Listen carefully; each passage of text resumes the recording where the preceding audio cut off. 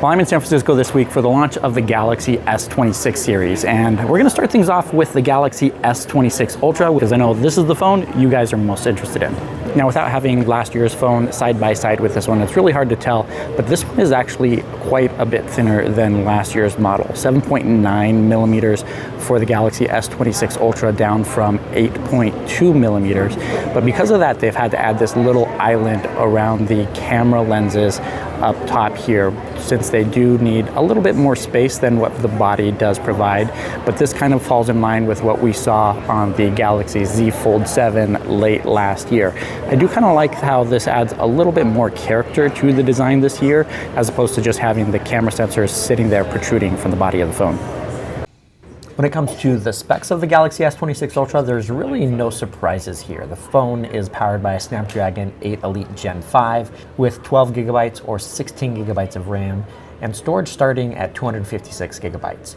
We still only get a 5,000 milliamp hour battery, which is a little bit disappointing, but we are finally getting true fast charging with 60 watts, which will take the phone from 0 to 75% in just 30 minutes.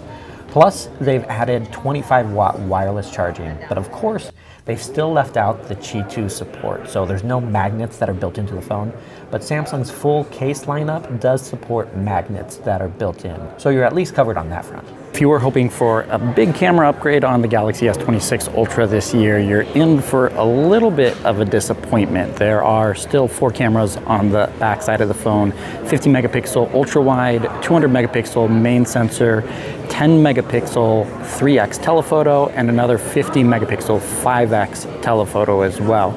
The photos do turn out pretty good here, and Samsung says you can have pretty much optical resolution all the way up to 10x, which I have to say is spot on here. Now, we will have to wait for the results for a side-by-side camera comparison to see how this stacks up against some other devices that are already on the market. But I think the Samsung Galaxy S26 Ultra will do fairly well, but probably won't come out on top on those side-by-side comparisons.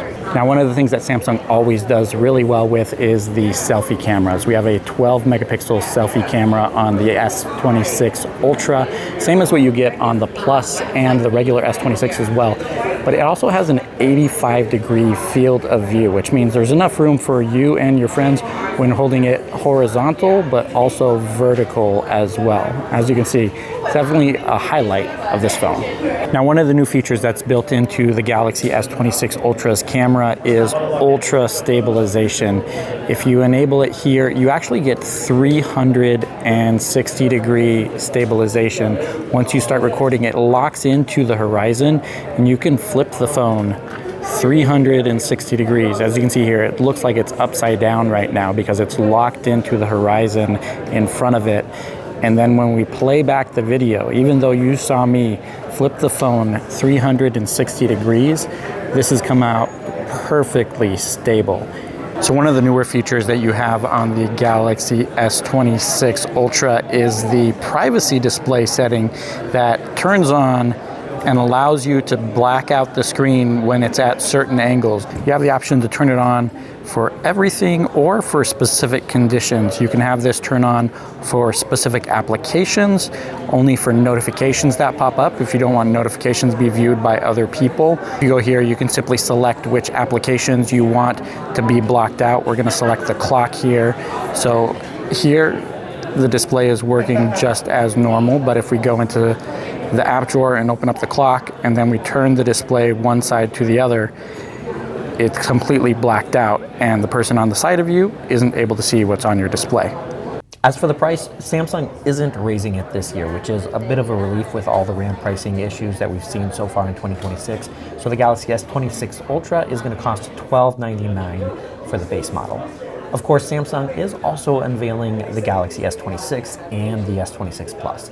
Not a whole lot of new features on both of this phone. They're the typical spec upgrade with the new processor, same as the Galaxy S26 Ultra. They also get that new design and most of the AI features as well. And the Plus also gets 45-watt fast charging. The pricing for those stays the same as well, $899 for the Galaxy S26 and $1099 for the Plus. And that's going to do it for the Samsung Galaxy S26 Ultra here at the S26 launch in San Francisco. Let me know what you think of the new device lineup and whether or not you're going to be buying one this year. I hope to get my hands on a review unit in the next day or two, so I will be doing my regular camera tests, so stay tuned for those. Thank you guys so much for watching, and I'll catch you in the next one.